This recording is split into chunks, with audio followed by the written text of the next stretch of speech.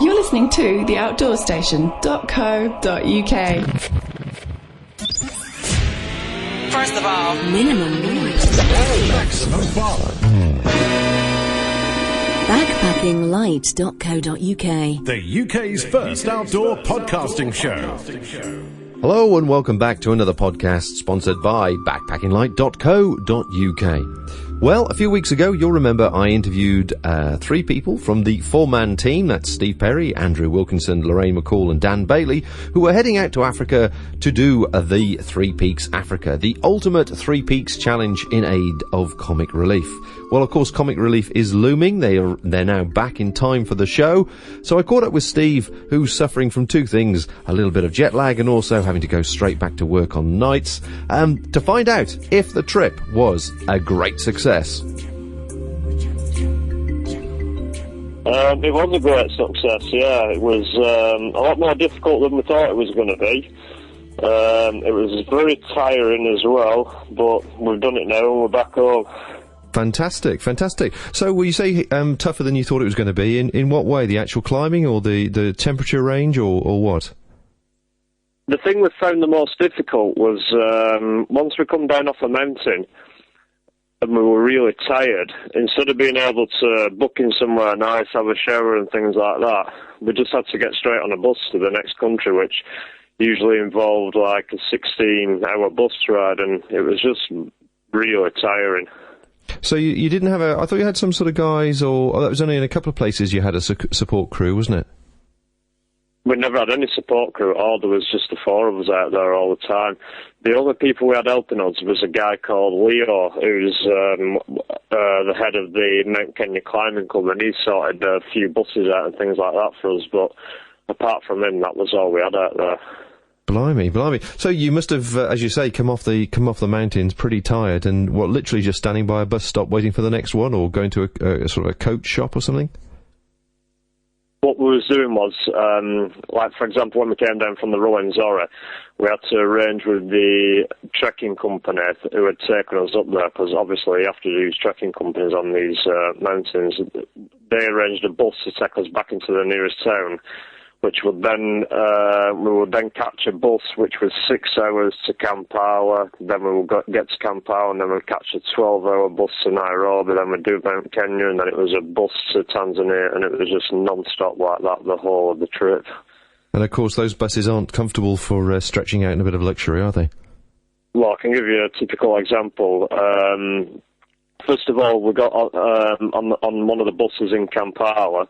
We then sat on the bus for 5 hours while they decided to strip the whole rear axle off the bus, which is like a double wheelbase, just take the whole thing off, put it back on. And then to test the work that they'd done, they drove it to the top of the first hill and did about 95 miles an hour down the other side just to make sure all the bearings were bedded in nicely. And what, with everybody on it? Oh, we were on it, yeah. Live, because I remember you saying that the biggest thing you were worried about was actually the bus trips. That's right, yeah. The bus, I mean, the roads are absolutely in a dire state of repair, especially the ones in Kenya. There's no money gone back into the public sector, you know. So the roads are absolutely wrecked, and the bus drivers pretty much think they're Formula One drivers and drive between anything from 80 to 100 miles an hour. It's actually like being on a train when you look out of the window with the speed of the train you're going past. And it's very difficult to relax and get some sleep when you're hitting potholes at that speed. Flipping it. Well, I know you and Andrew have been to Africa before, but how did Lorraine and Dan take to it? I think it was more of a culture shock to Lorraine than it was to Dan, because Dan's done a lot of travelling around India and he's been around Colombia and places like that, and he's quite a well-travelled guy. The first few days, I think Lorraine was like trying to just settle down and get into it all, but after a while she was fine, you know, she was sussing the money out and things like that. But I think to anyone who gets off a plane in Nairobi and arrives in East Africa, it's a culture shock if they've never been anywhere like that before. Absolutely. So talk us through the mountains then, because I heard via Neil at Rab that the first mountain had gone really well. That's right, yeah. The first mountain was the one that we decided right from the off. We need to take our time on this one because It's the first one. It's the first big mountain that we're doing out there, and the other two will come a lot easier if we do that. So we got off the plane at Nairobi, got the bus the next morning to Kampala, and then it was a bus out to Kasese, and we met our guides. This was a lot of stuff that I'd already arranged in the UK. They knew we were coming, and we were doing a circuit on Marguerite's Peak called the Central Circuit, which is pretty much a 5-day trek to the top and 2 days back down. And we'd never expected the bogs to be as bad as they were that we were walking through. It's a very, very damp mountain, a very damp environment. It's very vegetative, and you're walking up through rainforests, and not jungle, but rainforests, and amazing plants in there and things like that. But all the time it's just a bog, and pretty much with tree trunks laid across the bog for you to balance across. You definitely need trekking poles. I won't like to try it without trekking poles. And it was just 5 days up through that, really. Beautiful country. I mean, the mountains are just incredible. There's rock faces there that people have never even climbed on them. We're asking our guides, saying, oh, what's this route and what's that route? And they're just saying no one has ever actually been on these faces. It's just total virgin country if you're a climber. Blimey. And so how come it takes 5 days to go up and 2 to come down? Because obviously if it's fairly boggy, it must be pretty tough going on the way up. But surely you have to face the same things on the way down? Well, what it is, it's 5 days up because you're acclimatising on the way up. It's quite a long walking from where you start the trek as well. But the 5 days you're doing 4 and 5 hour days, just really nice and gentle. Never climbing more than, say, 1,000 metres, maybe 1,200 metres. And it's all down to the acclimatisation process. I mean, I suppose if you were acclimatised, you could have probably got up it in 2 or 3 days, but we didn't want to do that. We just wanted to take our time, take the advice off the guides, and just do camp to camp and acclimatise.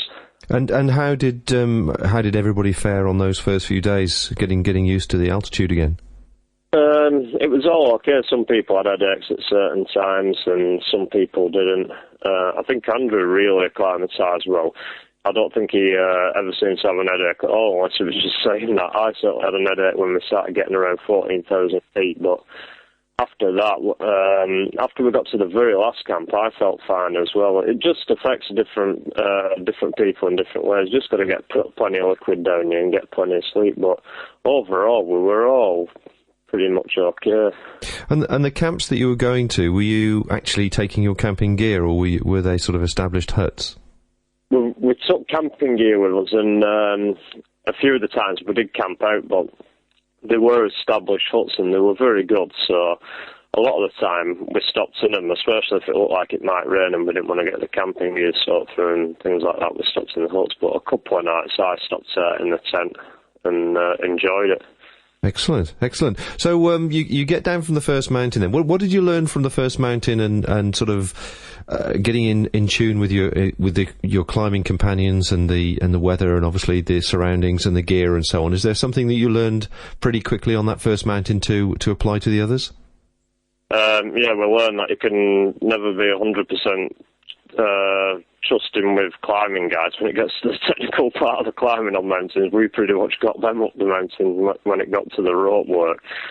But other than that, we learned to move together on glaciers, which was also we were going to encounter on Mount Kenya. It was the first time that all four of us had actually climbed together. We'd never had a chance with all the organising prior to leaving Britain to actually get together and climb. I mean, I climbed with Andrew and Lorraine and climbed with Dan, so it was good to do that and get to know how each other moves and things like that, and also get to know how fit we all were.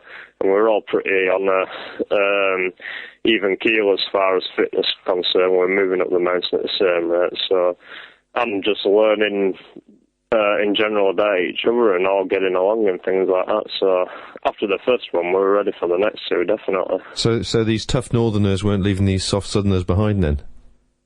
No, the soft southerner Dan isn't that soft. He's quite a tough guy, actually, and he's very fit. Great. So you went presumably on to, was it Mount Kenya after that? We went, it was then back to Kasese, back on the lunatic bus to Kampala, and then back on the bumpiest road back to Kenya that you can ever imagine. And then Leo, the guy from the Mount Kenya Climbing Club who I told you about, had arranged a bus to meet us in Nairobi at 7 a.m. and took us straight to Mount Kenya. We had a bit of dinner on the way, and I think we arrived there, sorted some porters out for our climbing gear and our food and stuff like that, and I think we set off up Mount Kenya from the roadhead, which we'd driven to at 10,000 foot at about 4 o'clock in the afternoon, and we went straight, on the first day on Mount Kenya, we went straight to the Mount Kenya Climbing Club at about 14,000 feet. Wow, wow. And what was the weather like as you were doing that? Was it sort of on your side? It was on our side. There was a bit of rain in the evening. It was a lovely, like, tea time walk in, starting to go dark, that sort of thing, and there was a bit of rain, and we had some brilliant views in Mount Kenya on the way in, but so far our luck from Margarita on the weather continued, because I never mentioned on Margarita, obviously it's famous for raining every 9 days out of 10, but we only had 1 day of rain on Margarita, which was on the way out, which was very fortunate. Well, especially with that boggy terrain, certainly. Now, I understand that the Mount Kenya sort of gave you everything you sort of dreaded or looked forward to. It depends how you look at it. Snow and high winds and low temperatures and also an enforced bivvy. Tell us how you got to that stage. Well, the night we slept at 14,000 feet, we had a very cold night there, and the next day we went up to a camp called the Austrian Hut, or the Austrian Camp, which is about something like 15,500 feet. Now, what stopping there does is it puts you on the end of the glacier, ready for crossing to the base of the rock climb on Mount Kenya. Now, a lot of people have been to Mount Kenya, what have done that. A lot of people just do the trekking peak, which is Point Lanana, which was also not very far from us, but obviously to get to the true summit, Batian, we had to do this 2,000-foot rock climb. So we stopped at the camp, got up at about 4 o'clock in the morning, because there were a few other teams who were heading out there as well. We believe they were a German team, and there was a guide there guiding a couple up as well, so we wanted to get to the base of the climb before them, which we never did. The guide was a bit shrewder than we were, and he was at the base of the climb about half an hour before us. So we started the climb. Now, to get to the top of Batian, the easiest route is to do what's called the South Standard route, where you climb a tower at the side of it called Nelion. And then what you do is you get to the top of Nelion, and then you descend into a gap of a ridge that runs to Batian, which is called the Gate in the Mist. So, according to the guidebook, you can do the whole thing in about 8 hours, which is what we were hoping to do. So we set off up on the climb, but we were stuck behind this guide and this couple, and we were just losing so much time. It was so frustrating. The guide didn't want to give in and let us pass, so it just turned into a nightmare day, really. And when we reached the hardest pitch of the climb, which is the grass variation, we just sat on a ledge for 3.5 hours, waited while this guide struggled up this climb, and in the end, he couldn't get up it, and he had to turn back, and it just cost us so much time. Blimey, with that sort of time spent at that altitude, then you must have been getting pretty cold. It was pretty cold sat on the ledge, yeah, but it wasn't the cold that was bothering us, it was just the time. And at this point now, we knew we wasn't going to get to Batian and back that day, and we was in a bit of a dilemma, because we'd gone lightweight, we hadn't taken any sleeping bags, we hadn't taken any stove or spare food, which in hindsight was a bad move, really. We should have just calculated for a 2-day climb, and we didn't do. We tried to do it in 1 day, probably from arrogance of the fact that we were acclimatised from Margarita. So what we did then, we did carry on with the climb, and we just thought, we had 4 bivvy bags between us, no sleeping bags, and we thought we'd take a risk and stop in a hut on the top of the Nelion called the Howell Hut, which is a very, very small box about the height of a chest of drawers, about 4 people can sleep in. So we carried on with the climb. We got to the top of Nelion, and we spent a night in this hut, which was pretty uncomfortable. I'll tell you, at 17,200 feet, it was freezing cold, and I don't know if you slept in just a bivvy bag in really cold conditions. It's not the most comfortable thing to do in the world. But we did it. We eventually got to sleep, and we spent a night in there. Then the next day, our plan was to cross the Gate of the Mist, get back Batian, the highest point, and then come all the way back. we got up in the morning. We then found all our water was frozen. We hadn't had a decent drink. And we started crossing the gap. The wind was freezing and we'd had no food. And we soon realised we wasn't moving that fast because we were still pretty dogged from the night before. So we just made a decision between the four of us to sack it off.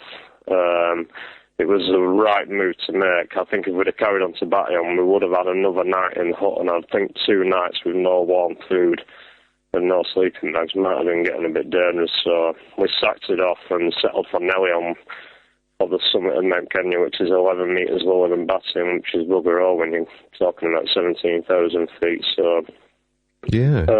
Could you see the peak from where you were then? Was it sort of?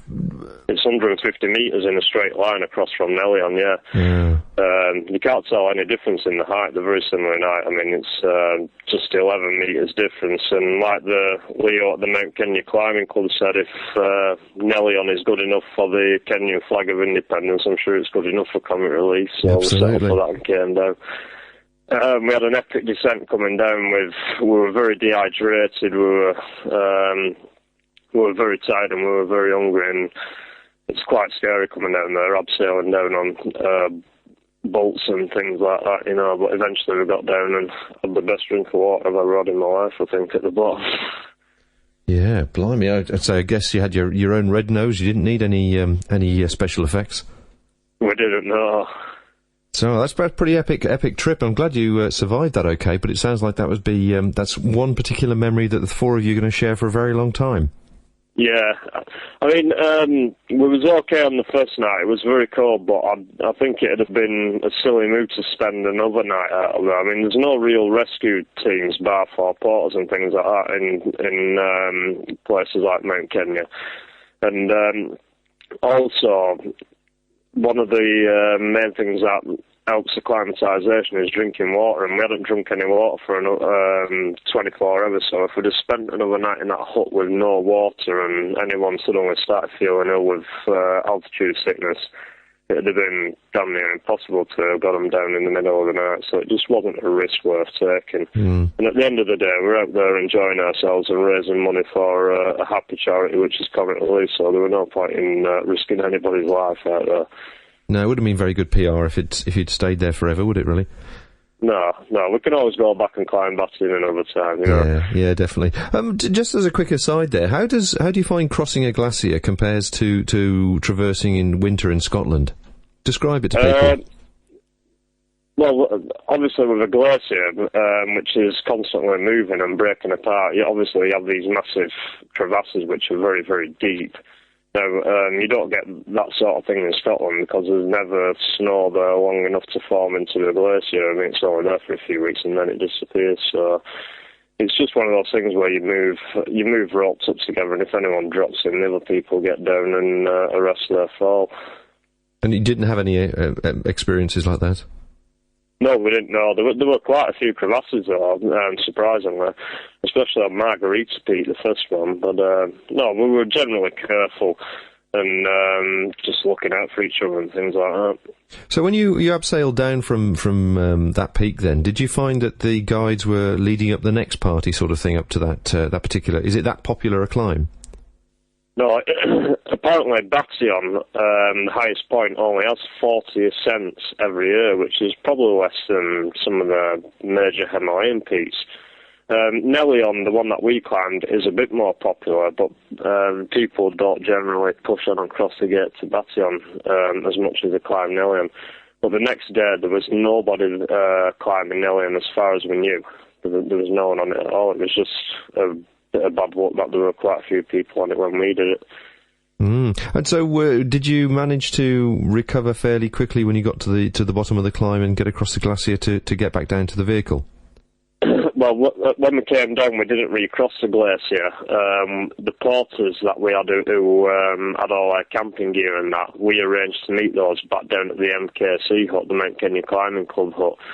So they went down from the Austrian hut. They were watching us through binoculars, keeping an eye out on us and make sure we were coming back down. As soon as they saw us coming down, they set off down to the Mount Kenya Climbing Club hut, and we came down a different route at the side of the glacier and went straight there and met them there that night. Oh, I bet you were glad to see them and some food, weren't you? We were glad to get our food back off them and make some meals and things like that. Yeah, we're absolutely thank Marvin. So, yeah, your food sponsor, you had, was it Wayfarer meals? We had Wayfarer meals. They were brilliant. Yeah, the centre was quite a good selection as well. See, last time when I had the Wayfarer meals on the winter walk, I just looked at them, and I'm that fussy an eater. I only picked a few meals, but because everyone else was going, I just said send us a selection, and I suddenly found that I liked about half a dozen different Wayfarer meals that I never bothered taking on the winter walk. So yeah, they were very good. Oh, it's nice. It's nice to see your palates increased a bit, then, Steve. Yeah. It's just the convenience of them. They're just so quick to make. Yeah. So on to Kilimanjaro then. Yeah. What was the trip like to getting to there? Because you must have been pretty tired now after the last couple of climbs and that sort of those conditions. Yeah, it was weird when we all set off to Kilimanjaro. We kind of had this thing about Kilimanjaro in our heads where it's just like, oh, this is a mountain that everybody goes trekking up, you know. It's going to be packed with tourists and things like that. And to be honest, at one point, I wasn't really looking forward to it. It was just a case of, right, I've done the 2 mountains in Africa that I want to do. And I know a few of the others on the team was feeling the same way. It was just like, let's get to Tanzania and get Kilimanjaro done, and then we can go and have a drink in Nairobi. And that's how we felt. But when we got there, once we travelled all the way down to Tanzania and got there, we suddenly started finding that we had a bit of a buzz about the fact that we were going up Kilimanjaro. I mean, at the end of the day, it is the highest mountain in Africa. So our opinions of it changed the nearer we got to it. Okay, and so you were pretty psyched. I mean, I've got the details in front of me of what you actually did compared to most people, because they take, I mean, normally parties take between, 5 or 7 days to get up there, don't they? 5 or 7 days on the Marangu route, yeah, which is the one that we took.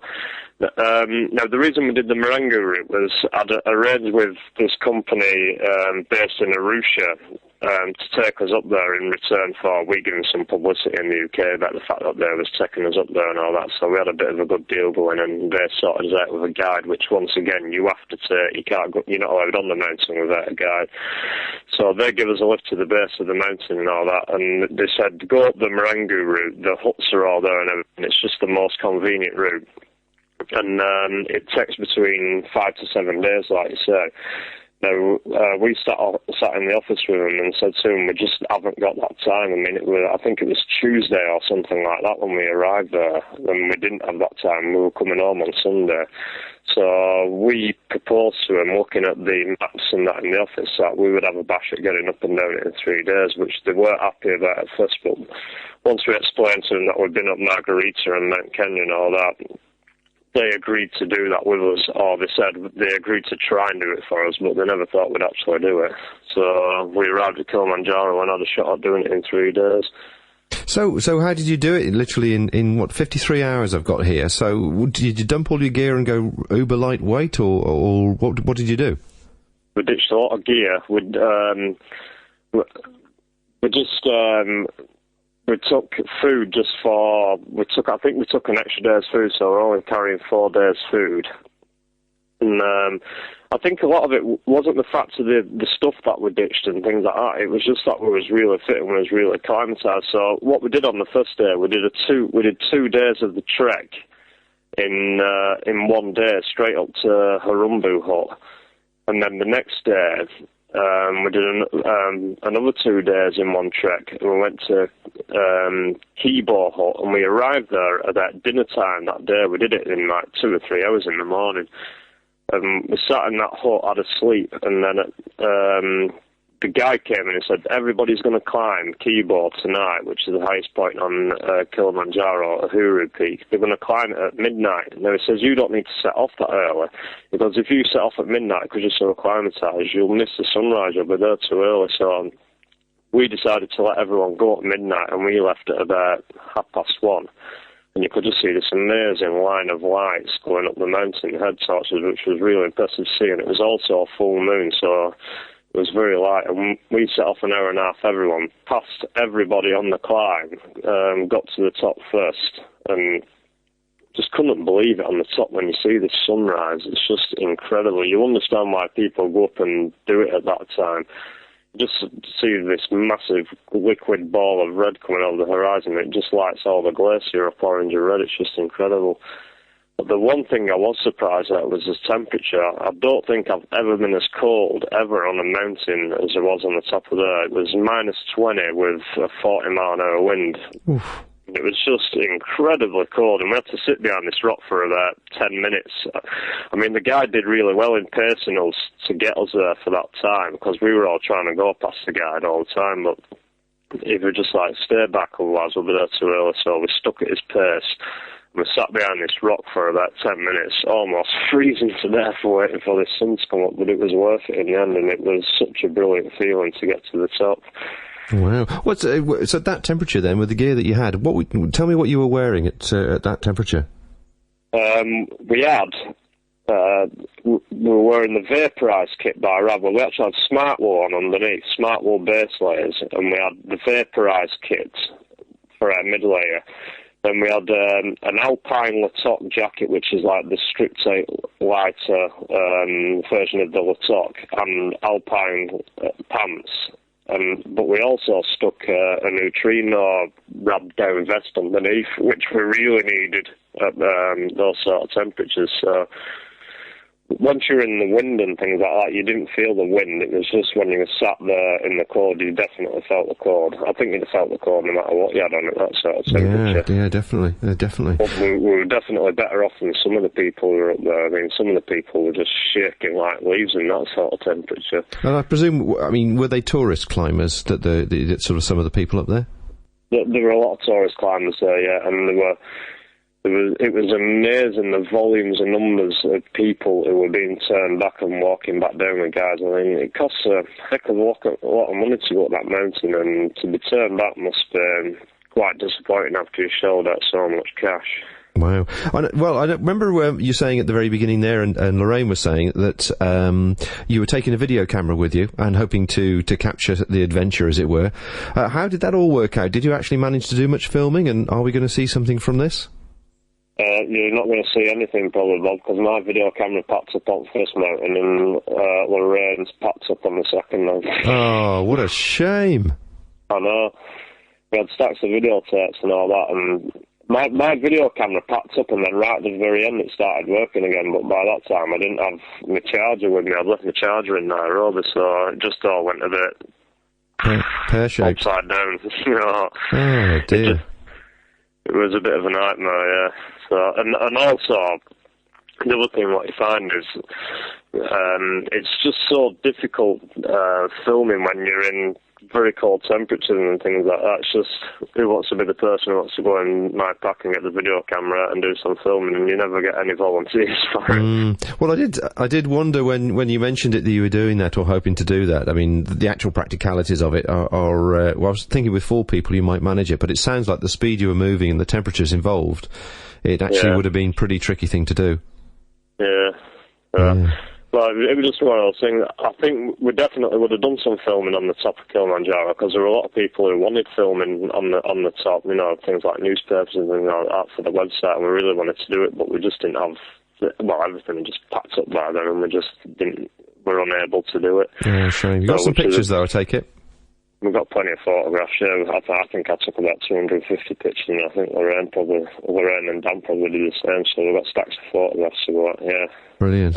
Brilliant. So, you must have hurtled down Killy then when you'd got there and done your bit?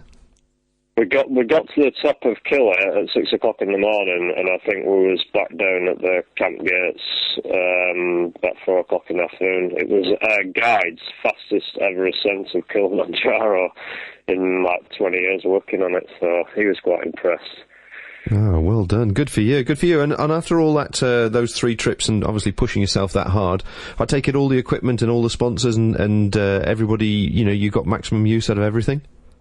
Everything we took with us, I mean, a lot of that was from with knowledge that Lorraine had learnt on her summer round, and also from what I learnt on my winter round, because I think between us, we pretty much took all the same kit that we used on those 2 challenges, and by now we know what works and what doesn't work out of the kit that we're using, and everything was just brilliant. The only thing I think one of the only things that we took with us that we hadn't used in the past was the Osprey rucksacks, and they were brilliant. And we just saw we really enjoyed them. Excellent, excellent. And so while you were on the way down, I presume you were buzzing and all the rest of it. What did you come up with any other next harebrained schemes, the four of you? I might have one under my hat, but I'm not saying anything yet. Oh, that's so like you, isn't it? And then finally, Steve, are we going to see Fame and Fortune finally come your way now on national TV with the Comic Relief weekend? I haven't a clue because the lady who's in charge of us, Sarah Whitley, has been absolutely brilliant. The stuff she's done for us and helping us raise money and things like that is actually on tour with Chris Moyles doing some rally hockey or something this week.